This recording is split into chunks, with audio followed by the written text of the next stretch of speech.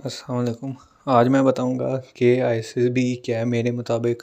और ये जो मैंने एकेडमी में एक माह जो आके सीखा अभी तक, मुझे क्या लगता है आईएसएसबी है। आईएसएसबी इनिशियल के बाद होता है और ये ज़्यादा मुश्किल काम तो नहीं है अभी तक, जितने भी वो रिकमेंडेड लड़कों ने अपना एक्सपीरियंस शेयर किया। बस यही है कि झूठ नहीं बोलना, सच बोलना है, जो बोलना है वो लिखना है और जो लिखना है वो करना है। आईएसएसबी के लिए ज़रूरी नहीं है कि बंदा जो इसने बहुत ही ज़्यादा तैयारी की या बहुत ही समझदार है वही रेकमेंड होगा, क्योंकि यहाँ बहुत से ऐसे लड़के भी हैं जिनको देखने से लग नहीं रहा था कि वो बहुत आला किस्म के हैं, मगर वो भी रेकमेंड हुए हैं। और इस तरह बच्चे जो बहुत आला अपने आप को ज़ाहिर करते हैं वो भी नॉट रेकमेंड हुए हैं। तो इसका मतलब ये नहीं कि आपको बहुत ही आला होना पड़ेगा या बहुत ही कोई काम अपने आप को समझना पड़ेगा कि आप रेकमेंड होंगे। इसलिए आईएसएसबी बहुत डिफरेंट है दूसरे टेस्टों से।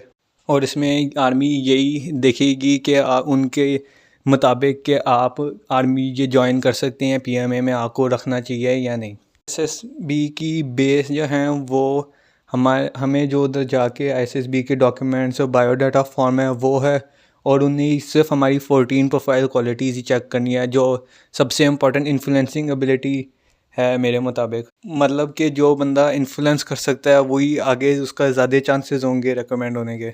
मगर इसका मतलब ये नहीं कि सिर्फ इन्फ्लुएंसिंग एबिलिटी ही ज़ाहिर होनी चाहिए या ज़रूरी है इस मतलब, और बाकी जो 14 प्रोफाइल क्वालिटीज़ हैं, बाकी 13 जो रहती हैं वो भी होना बहुत ज़रूरी है। ये 14 प्रोफाइल क्वालिटीज़ चेक किस तरह आती हैं, ये वो जो 3 दिन उधर रह के उनने जो सारा कुछ हमसे करवाना है ये उनमें ज़ाहिर होती हैं। मतलब इंटरव्यू और ये जीडीपी वगैरह इस तरह के जो टास्क हैं इन सब से ज़ाहिर होगा।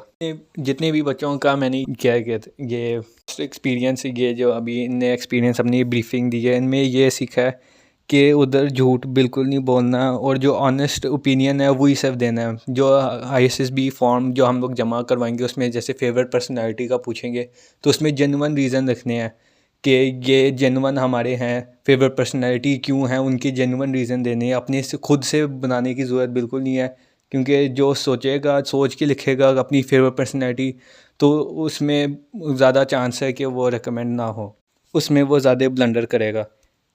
इसी तरह जो सर कहते हैं कि सबसे मुश्किल जो टेस्ट होगा आईएसएसबी का वो ओपीआई होता है, क्योंकि उसमें ज़्यादातर लोग अपना ऑनेस्ट ओपिनियन नहीं देते। मतलब अगर लिखा होगा कि वो लोगों को इन्फ्लुएंस कर सकते हैं, अगर किसी ने लिख दिया स्ट्रांगली एग्री, और जो बाकी टेस्ट है उनमें बिल्कुल भी किसी की उस बंदे की बात नहीं सुनता, मतलब उसके ये ज़ाहिर हुआ कि उसने ये गलत लिखा हुआ है, मतलब उसका तो ये काम ख़राब हो गया। इसलिए आईएसएसबी वाले कहते हैं कि किसी एकेडमी को तैयारी ना करवाएं, क्योंकि वो बंदे को जेन्युइन नहीं रखते, वो अपने मुताबिक उसको शेप करते हैं और इसी तरह भिजवा देते हैं।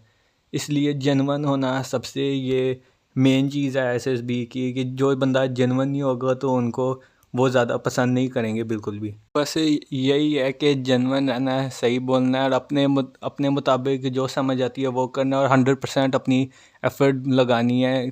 और आईएसएसबी रिकमेंड और नॉट रिकमेंड होना है ये हमारी बस की बात नहीं है, ये सिर्फ अल्लाह ताला हमें दे सकता है। और जो हमारे माँ बाप और या उस्ताद वगैरह ने जो दवाई की उन्हीं की वजह से हम लोग रेकमेंड और नॉट रेकमेंड होंगे। इसमें हम लोग अपनी खुद नहीं इसका मतलब ये नहीं है कि हम लोग बिल्कुल ही कुछ ना करें, उसके लिए अपनी 100% एफर्ट करना ज़रूरी है, मगर दुआ से अल्लाह ताला से करनी है, वही हमें अता करेगा।